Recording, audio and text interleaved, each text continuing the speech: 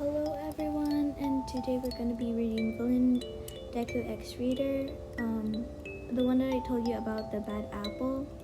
I misread it as it should have been YN should have been the former villain, and Deku is still a pro hero. So I think I'll be reading it next time. So let's be reading the Villain Deku X Reader by Fairy Tale 2345. I'll be sending the link to the description. I'm bad at this. Okay, chapter 1. Quirk, mind control. You can control anyone's mind for 3 hours. Anything above that, you will pass out. Wine-chan, why do you look so gloomy? Your friend Momo asked. Today's the day Deku disappeared. You said, You're easy, holding no emotion whatsoever. Your eyes were so dull and everybody noticed. Everybody thought Deku was captured, only you knew the truth. Deku didn't disappear. He chose to go with the villains. Of course, you would never say that out loud. You were a pro hero, the third best in Japan. You always wore oversized sweaters and shorts. And for the description for author-san, they said I can wear whatever I want in this fanfic, and Deku still doesn't have a quirk in this part, and he would be using knives. So let's continue. You were at a cafe with your friends from UA High School, but you all graduate. The people that was here with you was Momo and Todoroki. They were married. Aww. Okay. Bakugo and Kirishima, they were also married. And Denki and Mineta, the perverted buddies. Nevertheless, you love them all. Todoroki and Bakugo and Denki are like brothers to you. But the overprotective ones, one time you tried talking to a boy and they got in front of you and growled. Momo and you knocked them upset the head for being in your business. And other time you met a guy and he kissed your cheek. Bakugo chased him down the street yelling, "Die!"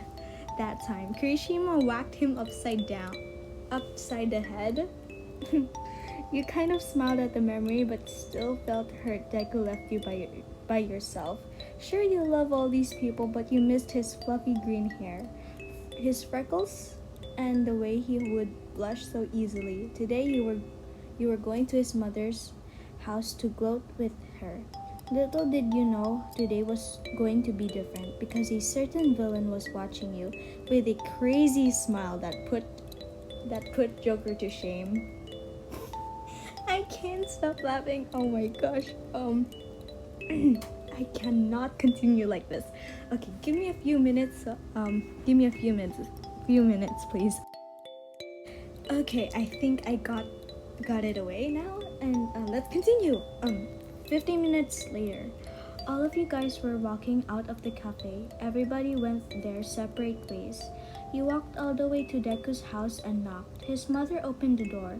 She had bags under her eyes, and her eyes were bloodshot. She was crying and hadn't slept, you thought. Her green hair was all over the place. Deku's mom. I opened the door to find YN. Her HC was in a messy bun. Her eyes held no emotion. I couldn't find anything in them. No happiness. Sadness. I hated that her eyes were like that. They would turn like that on this day every year. Even if it wasn't today, every other day. Her eyes still had a shine, but they were still dull. I know she blames herself for Deku, but she shouldn't. It wasn't her fault. Back to you. Boom! Why now, you said out loud. There was an explosion in the far distance, but can still be heard. You were currently on Deku's bed, which was way too small since Deku was 5 when he went to the villains. Deku's mom came to the door and said go. I understood what she meant and zoomed out the door. I didn't bother putting on my hero suit before I made it down the street. A hand on my mouth, a rough but gentle voice said, Hey, Wayan, you missed me? That's the only thing you heard before you blacked out. OMG, OMG, OMG. I think I'm fangirling too much over villain Deku. I mean, do you feel the same way? And I think I'm gonna post the chapter 2 tomorrow. I'll be sending the link for the chapter in the description, and for the author who made this beautiful chapter 1 fanfic. And you can subscribe and like this channel and video, and bye, thanks for watching.